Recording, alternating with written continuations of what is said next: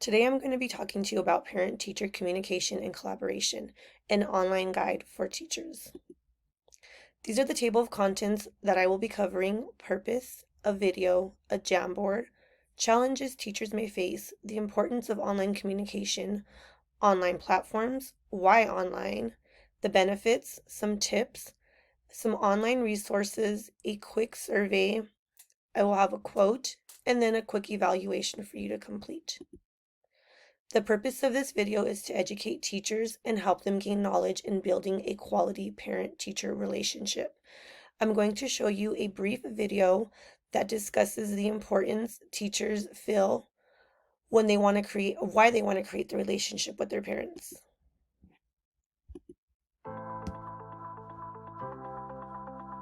First relationship that I try to build is with the parents.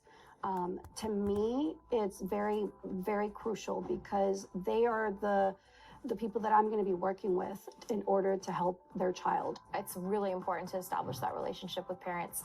I tell students the very first day of school that I'm a big caller homer teacher. I call home a lot, and but it's not in a negative way. I'll call easily 10 students a night and just to let them know, hey, your kid's doing an awesome job, or hey, I read your student's paragraph and it was fantastic. Just building that positive relationship. So during the summer, once they already know which child is going to be in which class, so I usually type up a newsletter, and it gives information about me, information about my classroom procedures, and just rules and things that parents need to know. The average turnaround time to get back to a parent, I believe, is as quickly as you possibly can, definitely within 24 hours. But really, my email comes to my phone. So last night, I had a parent that emailed me, and within 5 minutes, I gave them a response. We set up a meeting today to address her concern, and what could have been really blown out of proportion is completely taken care of. That child feels validated, and that parent feels like their child's in good hands. My classroom is always open to parents. Like I said, it's a working relationship. So if parents do want to come in to assist, they're able to help with the whole entire classroom. Some of them will tell me, like, I don't want to work with the kids. I just want to go in and grade papers. And so I allow them to do that because I want them to feel part of my classroom. I communicate with the parents every single day. So Monday through Friday, we write a quick note back and forth to each other. Parents, it's often just a signature to say that they read what I have written. And mine is literally just, I have the kids write their thing. Unless I have something specific that I need to say, we had this behavior or this situation occurred, then I'll write a note. Otherwise, we're communicating sort of through the conduit, through the child as a conduit using the agenda. That's a daily thing. Weekly, I send home a progress report. I usually like to use a communication app, and so I give them the information for that. I did have this year, I was so excited, some parents actually signed up for it ahead of time, so I got to meet them even before I even saw them. With that being said, we're going to move on to some challenges teachers may face. Oh, actually, before I'm going to have you do a quick Jamboard link for me. So if you click on this link here, it will take you It'll bring you to this page, and it's just going to ask you, how do you feel about parent-teacher communication and collaboration? So there was a study done, and it said that through this study, and it shows that with the study and experience, it showed that children were more likely to have better attendance at school. They were performing well, they were graduating on time, and they ultimately continued on a path to either college or profession of their choice when the families and educators were working together to support their learning and development. So now some challenges teachers may face. So there are several challenges that teachers may encounter when trying to build a relationship with their parents, communicating and collaborating. So some challenges that they may face are parents may lack technology skills or have limited access, meaning they may not know how to use the apps. They may not have the means to get on those apps.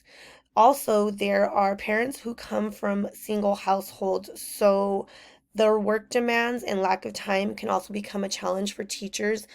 When parents are coming from single home families, they are usually working multiple jobs. So this is what kind of puts the challenge in for them to communicate and collaborate with their child's teacher. Lastly, it could be a level of language proficiency. So maybe the parents aren't native English speakers. So this can create a barrier between them and the teacher because they may not feel comfortable when communicating with their child's teacher. So when teachers opt for online technology as a form of communication, it kind of helps solve many of these challenges that they may encounter. So it is important that teachers make their parents feel welcomed and that they build a strong relationship with them. Those are two of the things I feel are important when teachers are trying to build that relationship. Also, it's crucial that they keep that line of communication open for parents and they create an welcoming space for their child. When teachers do this, it just makes parents feel more comfortable, and I think it helps make their relationship stronger. So, with that being said, there are several online platforms teachers can utilize to begin the relationship with their parents.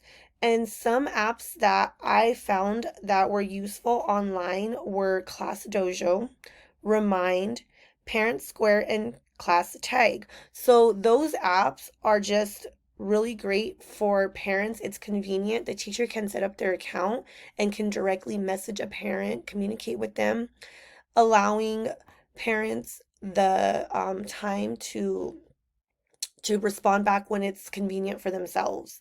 There are also tools teachers can use, such as Google Classroom, Class Collaborate, D2L, or Zoom. Google Classroom and Class Collaborate, as well as D2L, are useful tools teachers can use because it allows parents access to their child's academics and it keeps them informed on what is going on in the classroom. Parents are able to go on and see exactly assignments that were assigned to their child. And then with Zoom, it just makes it convenient for parents and teachers to set up online meetings versus having to leave and go in person. So you may be asking why online platforms? So online platforms just make it convenient and great for the working parent or parents who maybe don't have means of transportation. And it's like they may feel like, oh, I can't attend these in-person meetings or functions. So when you're using online, it's helping teachers to connect with the parents and the students. So I feel teachers need to be mindful of language barriers that may prevent parents from wanting to communicate with you. So when you're using online platforms such as Dojo, that app actually allows parents to receive messages in their native language. Teachers can also try to use Google Translate to prevent language barriers with their parents. So both of those tools are just going to make communicating much easier for teacher and parent. So there are several benefits when communicating with your parents online. And some of the benefits are the flexibility of scheduling meetings with your parent. It is allowing you to collaborate with the parents, and you're starting to build that positive and trustful relationship with them. And it's also allowing your parents easy access to class material. So when you're creating an online means of communication for parents, you're giving them access to their child's assignments and you're offering them options to keep that line of communication open and going. Several parents may also prefer online communication rather than the traditional in person or maybe sending home notes. So when you're sending your parents online communication, you're kind of keeping a track record for yourself and they're able to track things that they may feel are important and necessary to keep. So, some tips for parent communication are to make sure you are fluent and knowledgeable in any online tools or platforms you are suggesting parents use. It's crucial that a teacher understands how to use each of the platforms so they can then explain to the parent how to utilize them, how to create an account, and how to access them. Also, be consistent when you are interacting with parents. Parents don't want to receive a message from you, respond, and then you wait a week to respond back to them. It's crucial that you respond within a timely manner, like the video I showed said within 24 hours. Also, make sure that you are making parents feel welcomed and valued as you are communicating with them. Parents want to feel that their opinions are valued. When they're stating maybe a concern they have, you want to make sure you're taking that into consideration and acknowledging it. Lastly, you want to acknowledge any contributions that they may make, and you want to make sure you are thanking them for their time.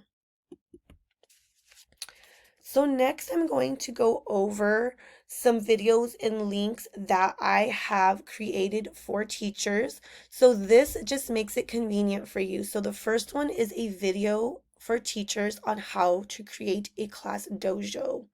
The next one is a video for parents showing them how to create their class dojo. So both of those are going to be important for not only the teacher, but the parents.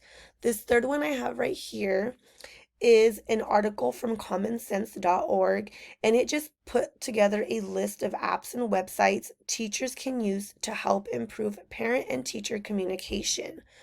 This third one I have right here from Reading Rocket is a website that has several different types of blogs. And the one I chose to talk about was effective communication with parents and the benefits for the student. And so it talks about the benefits not only for the student, but for the teacher and families as well.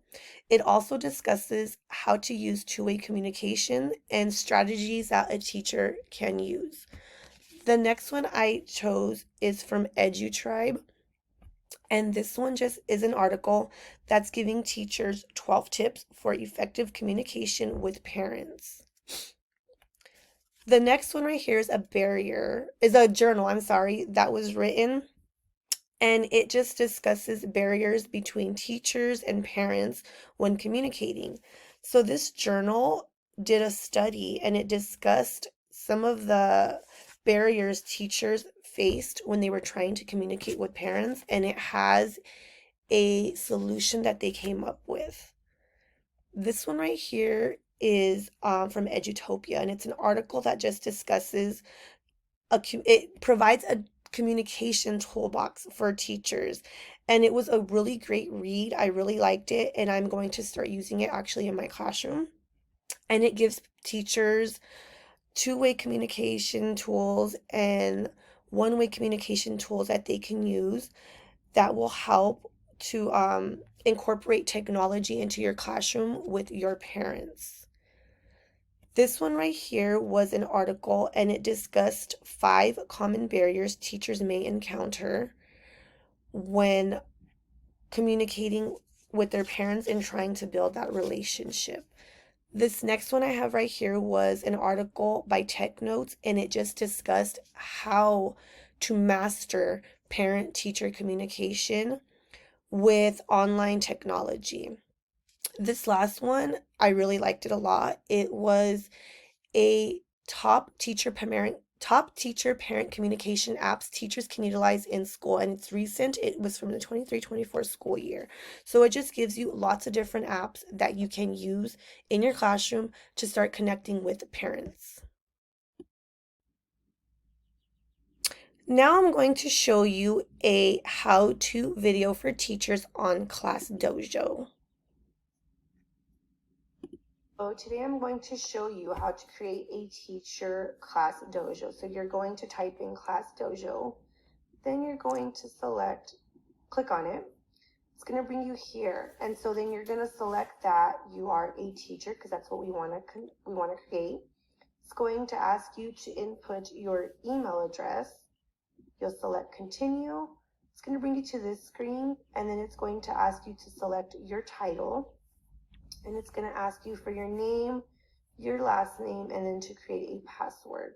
So I'm going to manually fill those in, and then when you're creating your password, it's going to ask you for it to be at least 8 characters, Include one alphabetical character in either a number or a special character.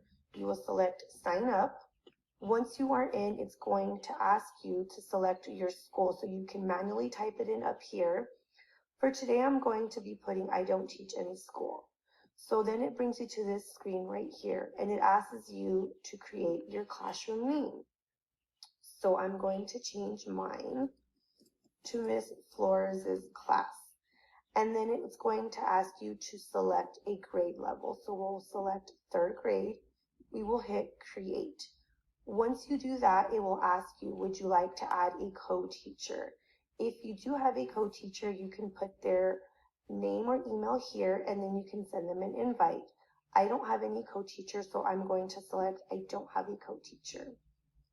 Next, it is going to ask you to enter your student's name. So for today's purposes, I will just be making up a name, and then it'll ask you to add the student manually.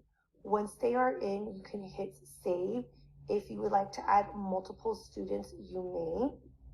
So I'm going to do this. Now it's going to ask you, would you like to give your students access to Class Dojo? So giving them access just lets them participate in class, where you can give them dojo points. There's different things they can do on here. If you agree, you would select agree. I'm going to hit skip for now. And now it's going to ask, would you like to connect with families? So you can either print out each individual printouts for your students. You can add an email or a phone number and invite them instantly. You can share a link or get class printouts for your parents. Once they are connected, right here, you will see how many parents are connected. It'll give you a percentage. Once you are in here, there's a variety of things you can do. So you can write a class story. You can let parents know what is happening. So for today, we will just start with welcome to our class. And I will hit post. So now your parents can see this. They can like it. They can comment on it. You can send private messages to your parents. So you can turn on class chat, which allows you to just send a message to all parents that is the same, or you can send individual messages once your parents are connected. So now we are today I'm going to show you. We are going to go on to a quick survey. So you can either scan this QR code or you can click on this link. When you click on the link, it's going to bring you here. And the question is, what is one thing you have taken away or can utilize in your classroom from this presentation so far? Moving on, I came across this quote that I really liked, and it said, it's from Henry Ford, and it said, coming together is a beginning, keeping it together is progress, and working together is success. And to me, that just means that we are coming together and we're going to continue to work on our progress together to make our students successful and your child as well. With that being said, I have a brief survey questionnaire. If you can click here on the website, and it's only 5 questions. I really hope you found my presentation useful. It's something that you will be able to utilize in your classroom or in the future when you are thinking about communicating with your parents online. Thank you.